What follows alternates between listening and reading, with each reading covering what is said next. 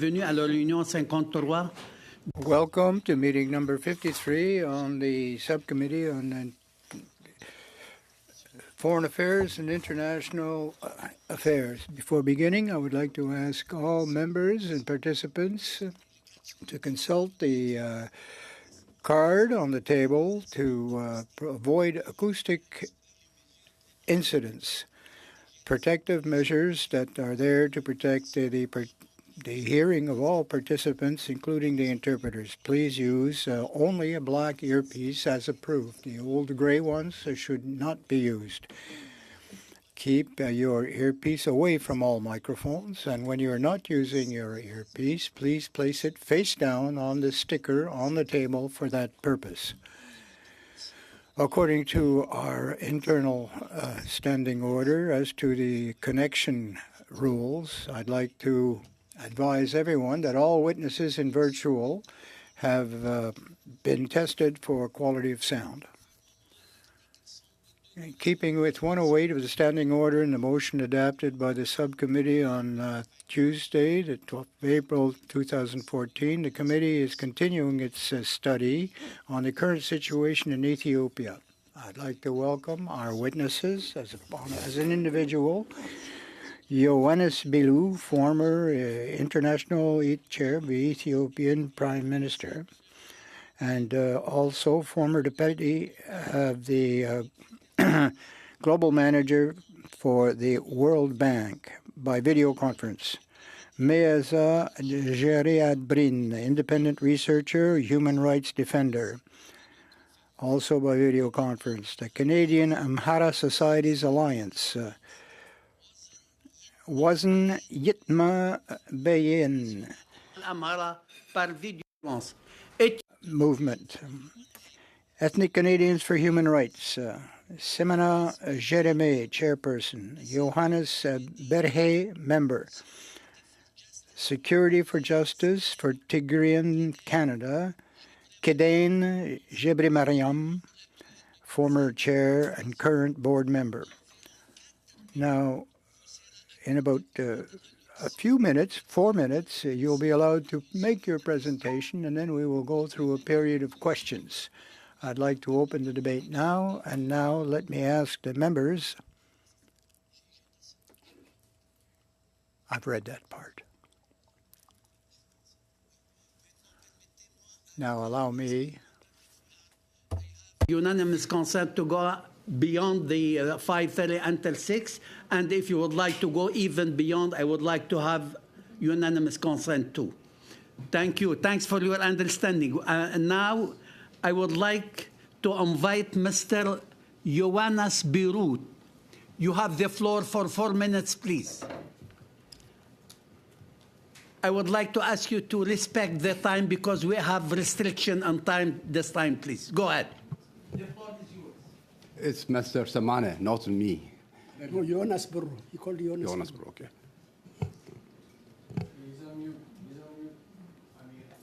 You are muted, sir. You are on mute. Please unmute yourself. Please unmute yourself. Yeah, is that right? Yes. No. Okay. My apologies. No problem. Okay. Yes, Mr. Chairman. In November 2022, the Ethiopian government and the TPLF signed a ceasefire in Pretoria. Sadly, the humanitarian crisis has not improved. The Prime Minister has launched a new war in the Amhara region on top of an already raging war in the Oromo region. These two regions account for 61% of the nation's population and 87% of its food production. Furthermore, in April 2024, Tigrayan forces opened a new war against Amhara forces, leading to the displacement of 50,000 people. TPLF is preparing to start another war in a second front. In the past, its interventions, the international community has humanitarian and geostrategic reasons to intervene. In the past, its interventions have been focused on Tigray. Two factors explain this. First, the TPLF has a robust international public relations campaign. Second, TPLF digital army terrorizes foreigners who oppose their narratives. The head of Tigrayan government is on the record stating, "We do not care their nationality. We will hunt them down." Hunt they have done. Some of the hunted are Canadians. Today, 2 international witnesses are testifying confidentially to avoid the wrath of digital terror group. TPLF has effectively silenced foreign experts. As a result, its narratives domain international attention. There is no question that the people of Tigray have suffered unimaginable atrocities. So have the people of Amhara and Afar. The international community must not become an arbiter of genocide claims and counterclaims. It must learn from the Amnesty International. In 2021, Amnesty International issued what it characterized as a compelling evidence for war crimes and crimes against humanity. Their report was based on 41 survivors and 20 eyewitnesses. 2 weeks later, a senior Amnesty International official admitted the evidence was false. When 61 witnesses repeat the same false story, it's obvious that the story was scripted and asserted to boost TPLF's genocide allegations. This did not stop the New Lines Institute from referring to the proven false evidence 11 times. Further, the report extensively used material compiled by TPLF's foreign advocates. 3 such advocates were referred in the genocide report for a total of 24 times. Meanwhile, prominent foreign experts with differing views were completely shut out. The New Lines Institute's report on genocide in Tigray is based on unverified information at best. At worst, it fails to pass the test of impartiality and ethical integrity. In the best of circumstances, its utility does not go beyond making a case for unfettered international investigations. This committee can have an enormous positive impact on the lives of all Ethiopians by advocating for such investigations of an international investigation by credible and mandated UN agencies. Thank you, Mr. Chairman. Thank you. Thank you for respecting the time. Now, I would like to invite Mr. Meyaza Jebri-Medhin. Mr. Jebri-Medhin, you have the floor for 4 minutes, please. Thank you so much, Chairperson, and I appreciate the committee for inviting me to provide an update on the dire circumstance in Ethiopia, but particularly in Tigray. While the world's attention has moved away from the conflict in Tigray after the 2020 cessation of hostilities agreement, the stateless genocide against the people of Tigray persists. The Ethiopian government has the people of Tigray in chokehold, with Amhara and Eritrean forces continuing to commit crimes against humanity and what we believe is a stateless genocide in occupied parts of Tigray. 40% of Tigray to date remains under the illegal occupation of the Amhara forces and the Eritrean forces. In areas where these forces are present, human rights violations continue in great violations, particularly in the bordering area between Eritrea and Ethiopia. Eritrean forces continue to sexually violate Tigrayan women in order to further terrorize the community. This also puts a very critical risk on the minority groups of Europe and Kunama, which are very small in number and are facing real extinction. We call upon the Canadian government not only to put pressure on the Ethiopian government, but also to impose sanctions on the Eritrean government so that the people who have continued to suffer gross violation of human rights can get relief. We also wanted to bring your attention to the fact that the Ethiopian government, alongside with members of the international community, have been putting an immense pressure on the fact that there needs to be disarmament, while ignoring the fact that 40% of Tigray remains under the illegal occupation of the Amhara and Eritrean forces. It is to be remembered that the Pretoria Agreement outlines that disarmament needs to happen in side by side with the full withdrawal of all foreign forces from all parts of Tigray. However, like I said, the fact remains that the Ethiopian government has allowed it for the Amhara forces and Eritrean forces to continue brutalizing the people of Tigray and the occupied parts of the region, particularly in Western Tigray and Eritrea. Human Rights Report, Amnesty International, and others have provided conclusive evidence that violation of human rights continues to persist to date. It is upon the international community, particularly member states of the EU, the United Nations, but particularly Canada, to ensure that human rights are respected no matter when or where. In Tigray, human rights have become a tool to push political agenda by the Ethiopian government. What's happening in Tigray is a catastrophe, a genocide that has been led and orchestrated by the Ethiopian government alongside its regional, international, and local actors, particularly the Amhara militia and the Amhara forces. It is upon the Canadian government again to put human lives first and to enforce and push for the Eritrean government to leave the territories of Tigray, but also for the Amhara forces alongside the Ethiopian government to be held accountable using international mechanisms. The circus that the Ethiopian government is leading under the guise of transitional justice does not have legitimacy nor acceptance by the people. Survivors of the conflict-related sexual violence, the massacre, man-made famine, and other atrocities in Tigray continue to call for internationally mandated justice and accountability mechanisms so that they can have a chance at getting redress. The world, particularly countries like Canada, have failed the people of Tigray in averting the genocide, but they have the chance to ensure that they get justice for the crimes that they sustain at the hands of the Ethiopian, Eritrean, and Amhara militias. Thank you very much. Thank you. Also, thank you for respect. Yitna Bayan from Canadian Amhara Society Alliance. You have the floor for 5 minutes, please. Go ahead. Thank you very much, Chair, and I would like to thank also the committee members for inviting the Amhara voice in this hearing.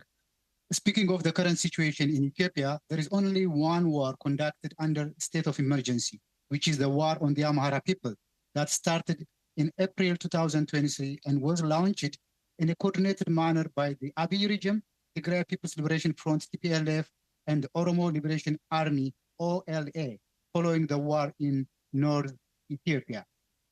For more than 13 months, the Abiy regime subjected the Amhara people throughout Ethiopia to unlawful state of emergency and put them under siege.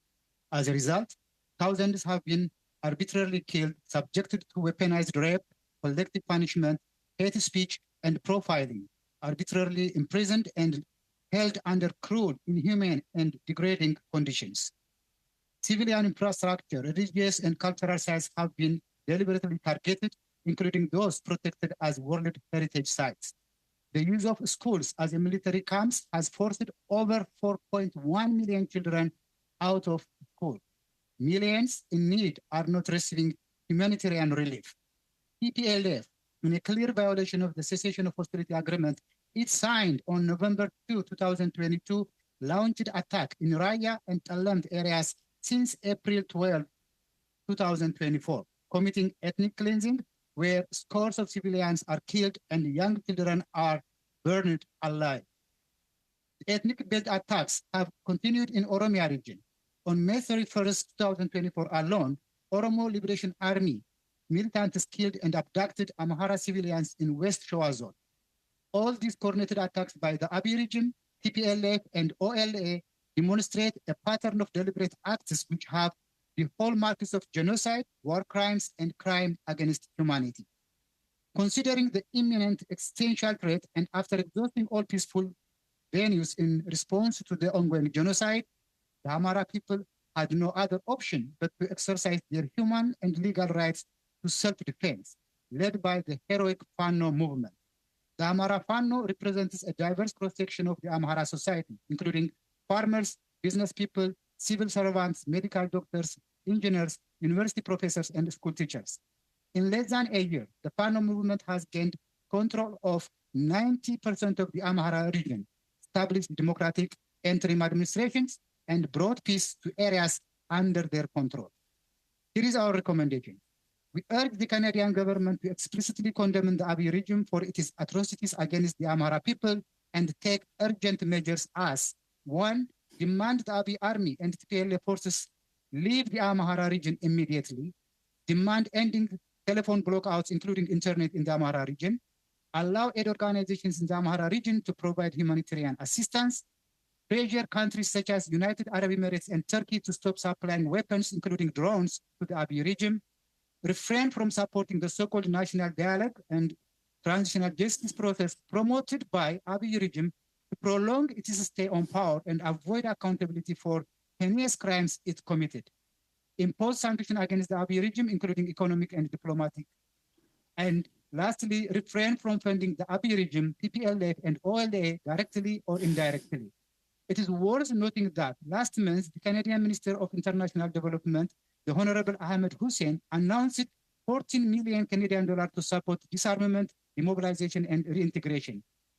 TPLF proudly uses such funds to re-invade Amharas. As Canadian citizens and taxpayers, the Amhara diaspora strongly opposes Canada's promoting double standards in its policy toward the Amhara people. Instead, we urge Canada to make a meaningful shift in its policy and act. Please wrap it up. Time is out, please. To stop genocidal war on the Amhara people and promote genuine peace, democracy, and justice in Ethiopia. Thank you very much. Thank you. Now I would like to invite Mr. Semana Jamel, President from Ethio Canadians for Human Rights. You have the floor for 5 minutes, sir. Go ahead. Ethio Canadians for Human Rights makes a special reference to human rights violations in the Amhara and Oromia regions. Ethiopia's crisis stems from the 1995 constitution that changed administrative borders from a unified republic to a federation of ethnic regional states drawn on ethnic fault lines. Unlike Canada's democracy, Ethiopia's constitution grants rights to ethnic groups over individual rights. Ethnic federalism is troubled with inconsistencies, as ethnic communities don't live in discrete homelands. Ethnic homelands hatch endless conflicts among 85 ethnic groups that coexisted for centuries. After 3 decades of experiment of ethnic federalism, Ethiopians were fed up of it. In 2018, Ethiopia and the international community welcomed Prime Minister Abiy with euphoria. Hopes for change and reform were further emboldened when the Prime Minister received the Nobel Prize in 2019. Regrettably, the unfortunate Ethiopians got neither peace and security nor political reform. Between 2018 and 2023, there were 5,000 clashes, indicating 1,060 conflicts a year as reported by BBC, of which 58% happened in the Amhara region alone. Conflicts cripple government functions as 65% of the country is out of regime's hands. Land transport to regional capitals is risky or closed for traffic. Due to the state of emergency, the Amhara region atrocities are committed against Amharas, particularly in schools, churches, and mosques. Drone attacks have been a hallmark of government campaigns. The emergency subjected activists, journalists, and religious leaders to disappearances, executions, and detentions.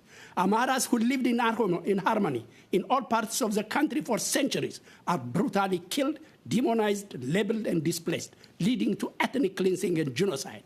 Human rights abuses are appalling in the Oromia region, where Amharas are slaughtered like a chicken, as reported by The Guardian. Killings and wanton human rights violations are concocted and acted by government authorities, as chronicled by the U.S.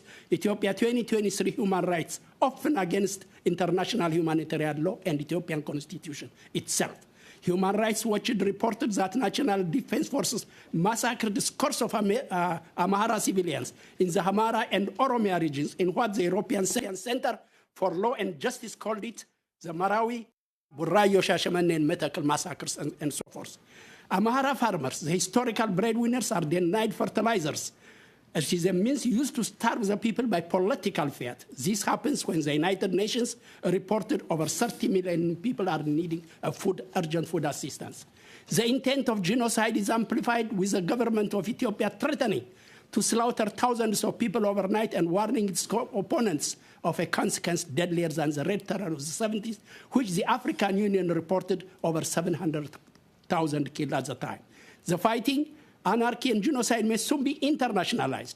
Cognizant of the dire human rights situation in Ethiopia, we recommend for Canada, a home for over 100,000 Ethio-Canadian taxpayers, to call the government of Ethiopia release Amhara and Oromo parliamentarians arrested unconstitutionally.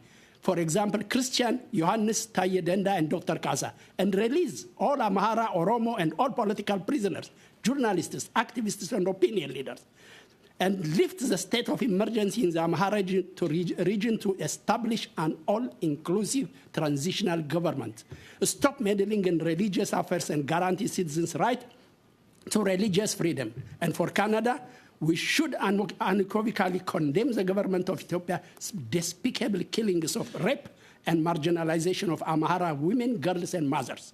And Canada must immediately work to save lives by providing emergency humanitarian assistance to the Amhara people who suffered more than any other region. Canada that helped Ethiopia... Can you wrap it up, please? Time is over. Can you wrap it up, please? Thank you.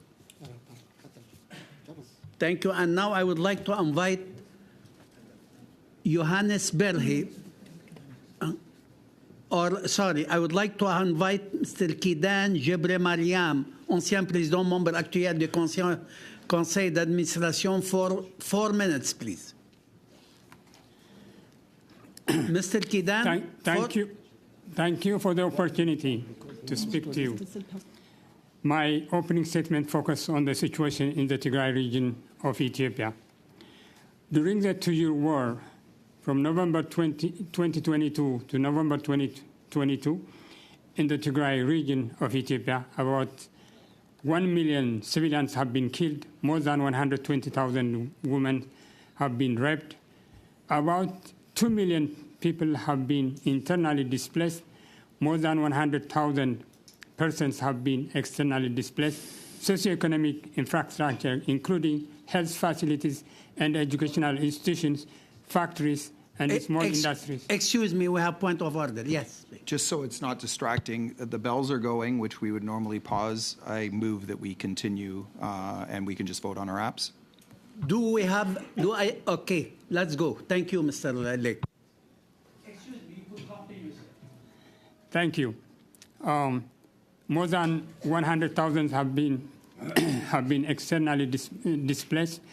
Socioeconomic infrastructure, including health facilities and educational institutions, factories, and small industries have been destroyed by the joint forces of Ethiopia, Eritrea, and Amhara region. It is reported by the International Commission of Human Rights Experts on Ethiopia, Human Rights Watch, Amnesty International, New Line Institute, and the U.S. Department that war crimes, crimes against humanity, ethnic cleansing, and gender-based violence have been committed by the joint forces.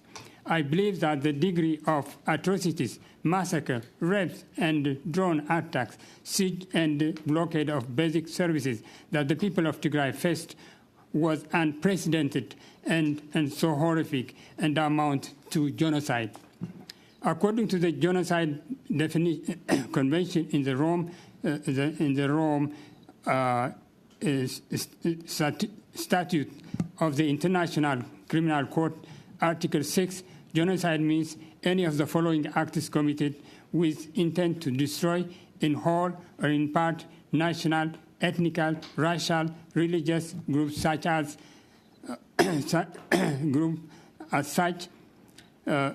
A, killing members of the group, causing serious bodily or mental harm to members of the group, C, deliberately inflicting on the groups, and so on and so on. In the interest of time, I'm going to proceed to the atrocities committed in the Tigray region of Ethiopia clearly meet the above definition of genocide. Tigrayans have been killed, massacred, based on their ethnic identity. Tigrayans, women and girls have been raped, gang raped, causing them physical and mental harm, and denied access to all basic human needs, including food and medicine, deliberately inflicted on the Tigrayan children, women, girls, boys, elders, condition of life calculated to bring physical destruction, incited hate propaganda by the Prime Minister Abiy Ahmed that Tigrayans are daylight hyena, cancer, and weeds, and by Daniel Kibret, who is an advisor of Abiy Ahmed, cited that Tigrayans as evils and ghosts and must be exterminated from the face of the earth and erased from our mind. During the rapes and gang rapes, the rapists put unimaginable objects with the intention to damage Tigrayans' women, girls, and girls' productive organs to prevent them from giving birth. As reported by Human Rights Watch, Tigrayans in Western Tigray were told by Colonel Dammeka Zewdu, who is the head of the security in Western Tigray, and his allies, we will erase you from this land. Pekka Haavisto, the European Union's special envoy. Excuse me, time is out. Can you few seconds to wrap it up, please? He said that Tigrayans will be wiped out. Tigrayans will be wiped out for 100 years. Thank you. Thanks for all witness. Thank you for your good intervention. And now I would like to open the floor for a question and answer. We start with Mr. Majumdar. Mr. Majumdar, you have the floor for 5 minutes, please. Thank you, Chair, and thank you all for describing what is obviously a very complicated conflict affecting many communities. Let me start with Jonas Biru, if I might. You've been a long-time author about the Horn of Africa and its issues therein. And you've been warning about the kind of violence we've seen unfold for years. So let me ask you, what would you say is the strategic asset that is Ethiopia in the Red Sea region? The conflict in this country has the potential to spill out with much larger consequences for the region geopolitically and geoeconomically. Could you perhaps take a step back and give us a picture as to what's really on the line here and who some of the players might be? Thank you so much. Yes, I think about 10% of the global trade goes through the Red Sea, and about 40% of the trade between Asia and Europe is channeled through the Red Sea. And Ethiopia is an anchor nation because of its size and population to the entire Horn of Africa. I believe the European Union representative for the Eastern African countries once said, Ethiopia is not like Yugoslavia. It doesn't implode in.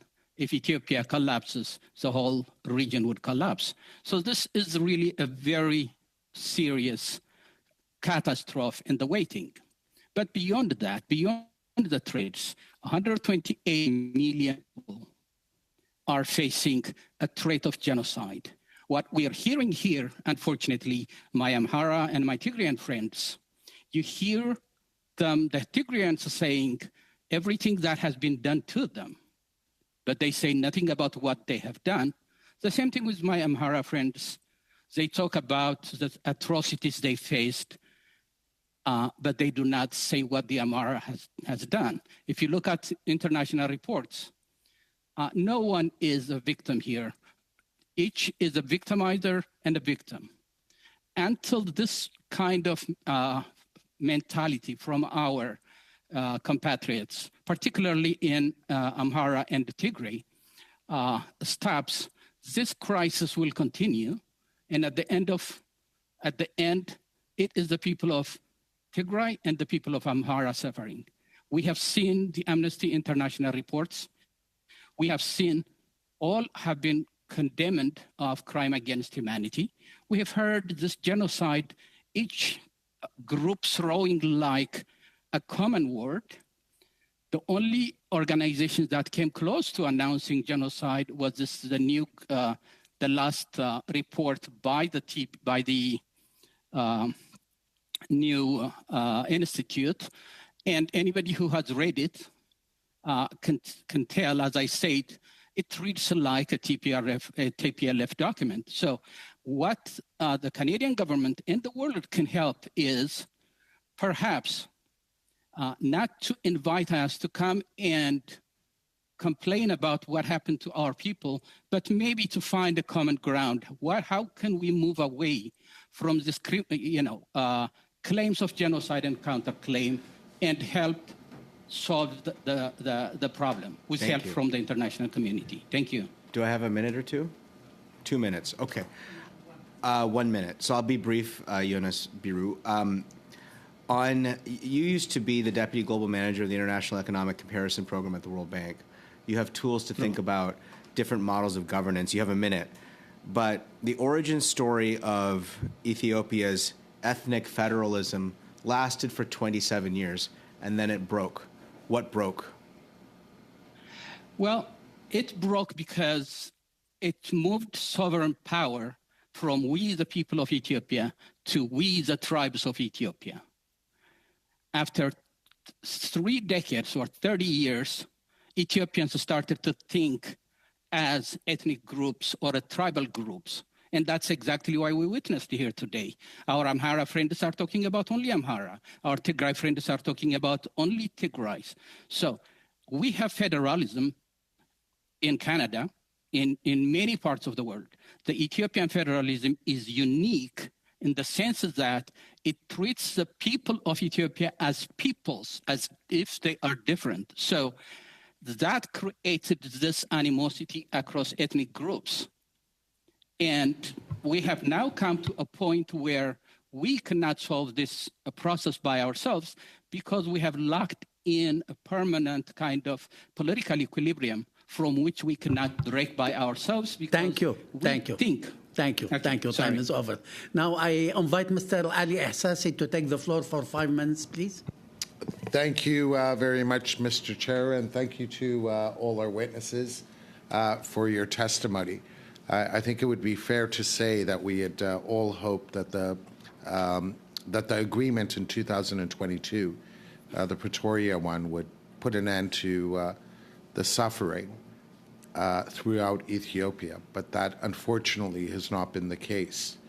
To start off with, if I could ask Mr. Bayane, why is it that the Amhara did not participate in those peace negotiations?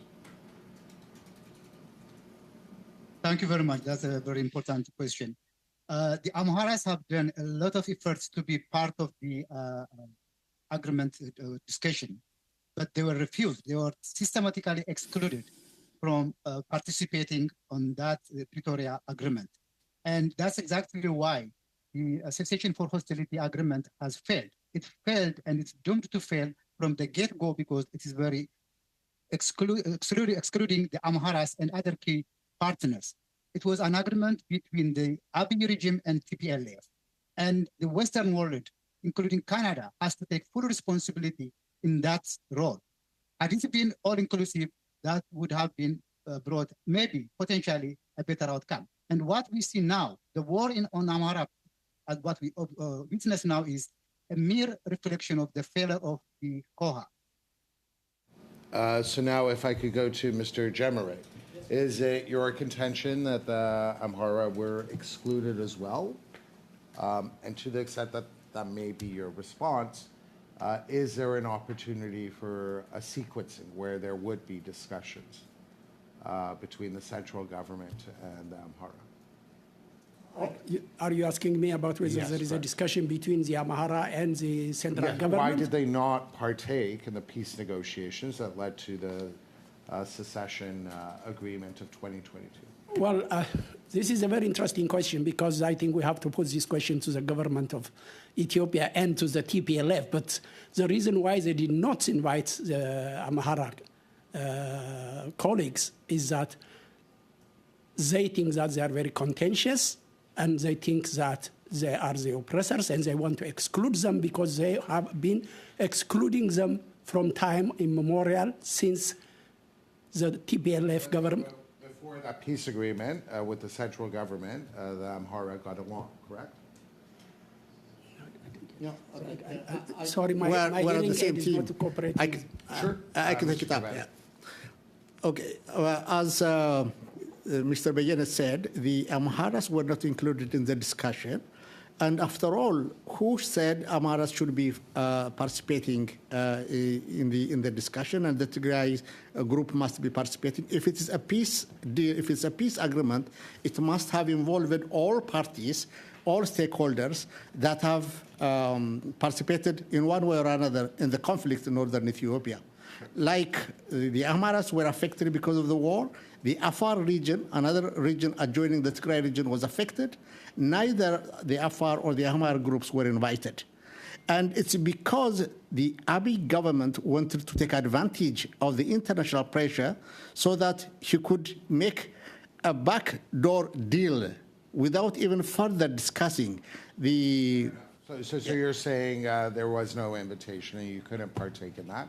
Yeah. So if someone were to say that the Abiy government should enter into negotiations, what would the preconditions be?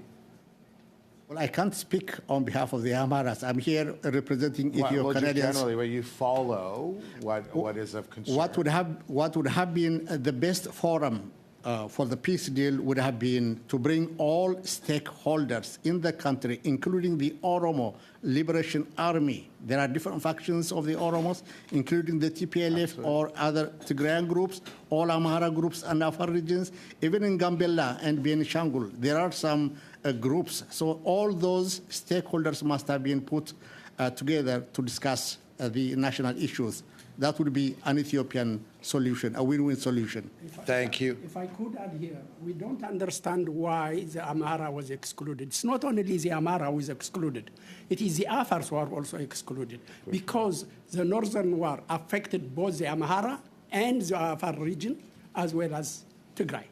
So the reason why the government of Ethiopia and the TPLF people excluded Amhara and Afar, it is beyond us. We couldn't be able to understand the reason. Fair and if you don't bring both, then there is no reason of a negotiation at all. And Mr. Biro, if I could go to you to ensure that these discussions do move forward, to ensure that the hostilities that we have seen over the course of the past 2 years do not continue, what is required? What is the path forward? I'm sorry, we can't hear you, Mr. Biro. I think Ethiopia's political problem lies with three tribal groups, Amhara, Tigray, and Oromo. But Ethiopia has 84 different tribes or ethnic groups. The only way this process can move is moving the center of gravity of the political process away from Amhara, Oromo, Tigray nexus.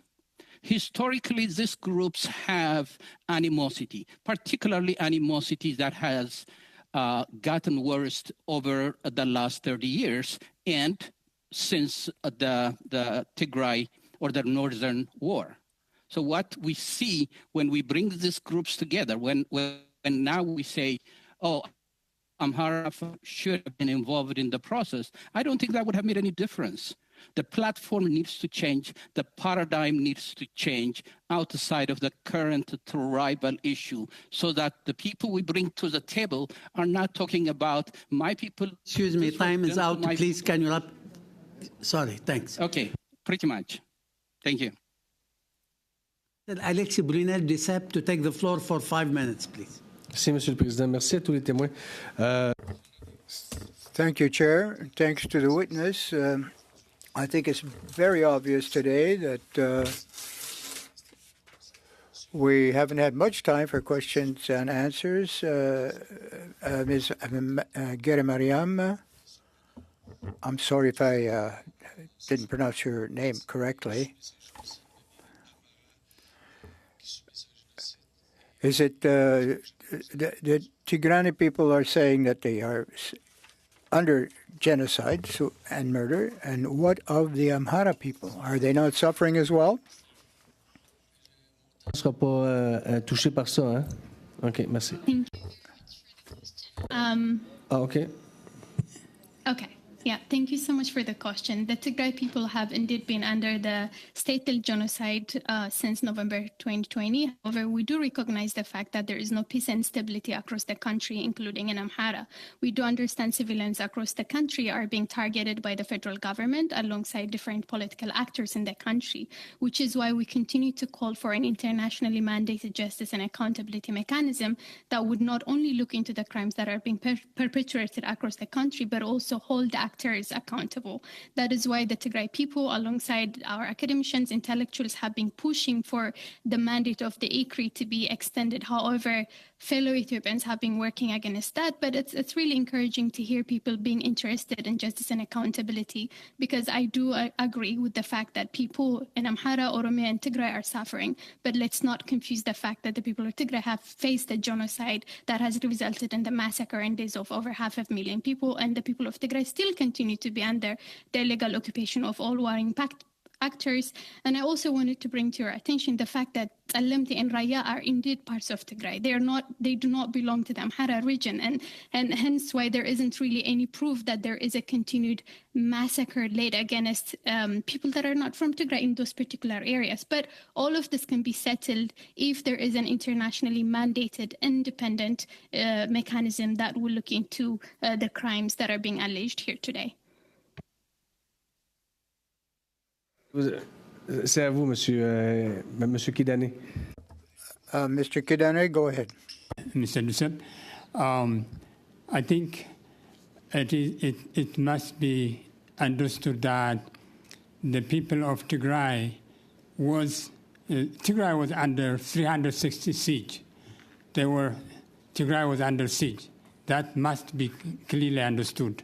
During that siege, from every direction in Ethiopia, the Amhara forces, the Oromo forces, the Afar forces, and the Eritrean forces, the Somali forces, and of course the Eritrean force, the Ethiopian forces, all of them were against Tigray, and Tigray was under siege.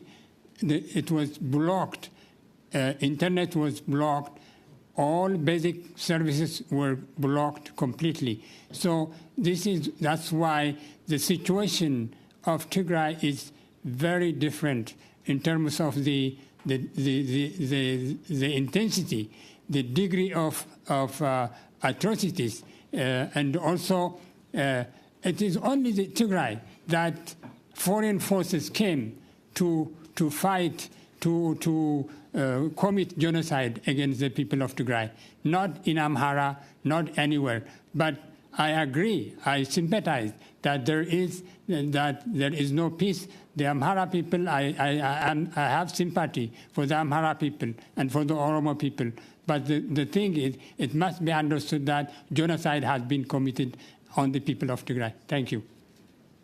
Merci, Monsieur Kigane. Monsieur. Thank you, Mr. Kede. Mr. Biru, you spoke of incorrect reports from the New Line Institute because they were based on false testimony or testimony which seems to be quite far-fetched.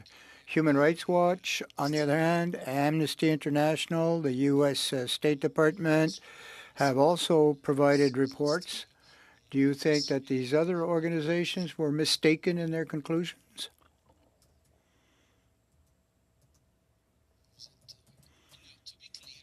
All the other international organizations, what they have said is, when it comes to atrocities in Tigray, the Amhara, the Tigrayans, and the Eritreans, the Amhara, and the federal government have committed war crime against humanity, and crimes of starvation and war as a tool, as a war tool. In the meantime, the same institutions have said the Eritrean forces did exactly the same. Actually, the Amnesty International says Tigrayan forces do not have an iota of humanity. Can you wrap it up, please?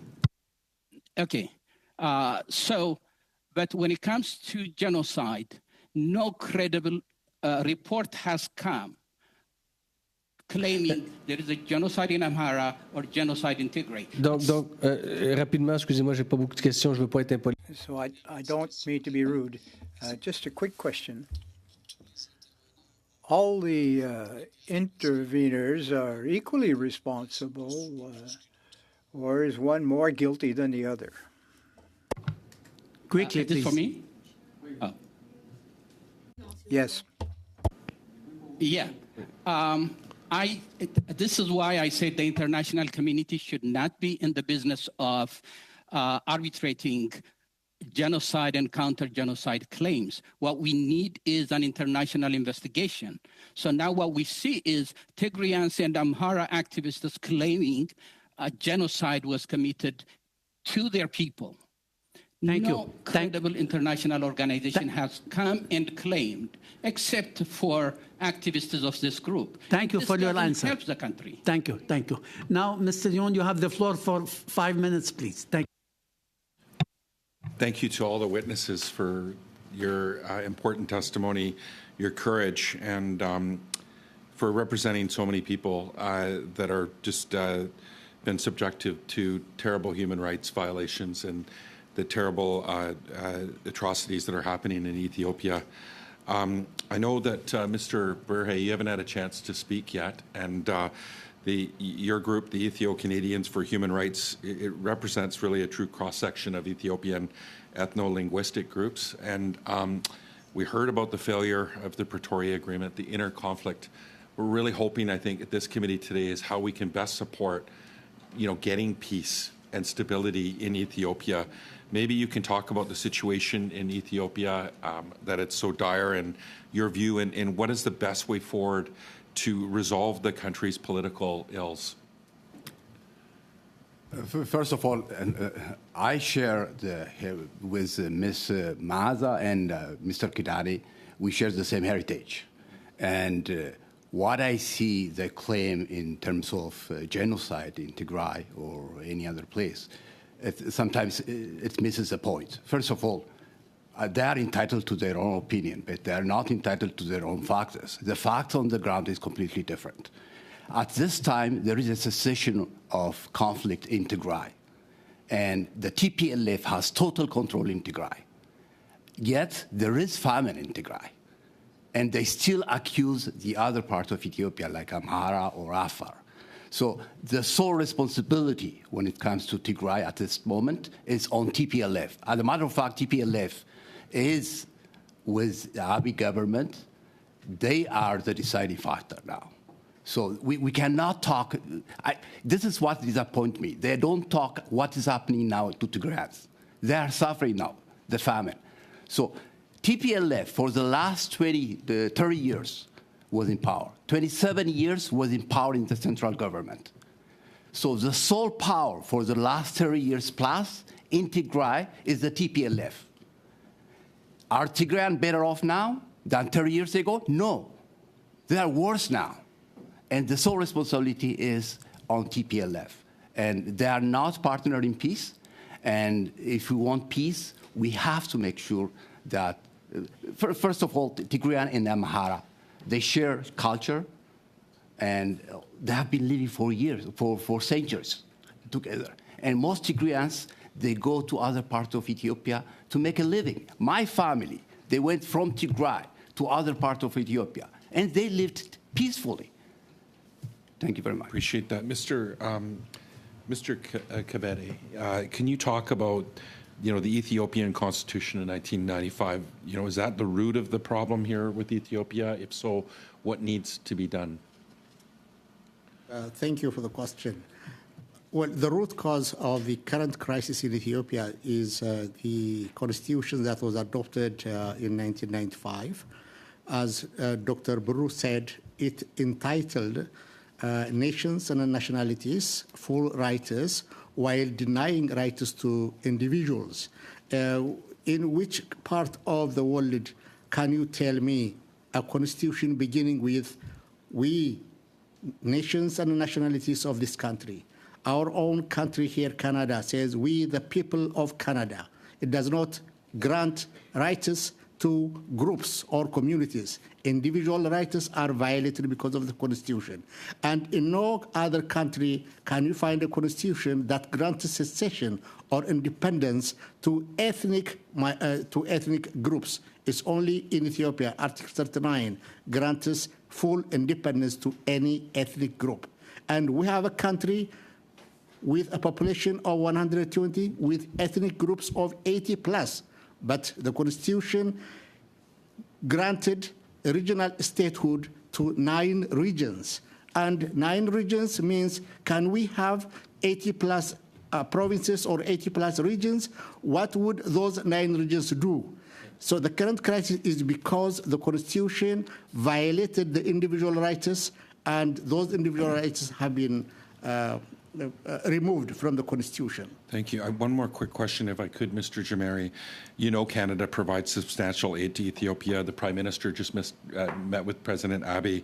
Given the situation of the country now, should Canada stop aid to Ethiopia? What can Canada do in a very short response? Thank you very much. This is a very interesting question, and I answer it very easily, this one. In my own opinion, and in our opinion, I don't think Canadian government have to stop aid to the Ethiopian people and to the Ethiopian government. But we have to differentiate between humanitarian aid and development aid.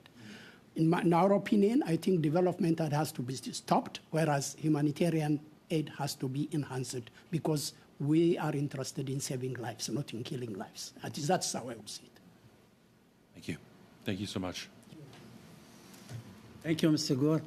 Thank you for all witnesses. On behalf of the committee members, and all the staff, we would like to thank you. Thank you for your presence. Thank you for sharing good ideas and opinion.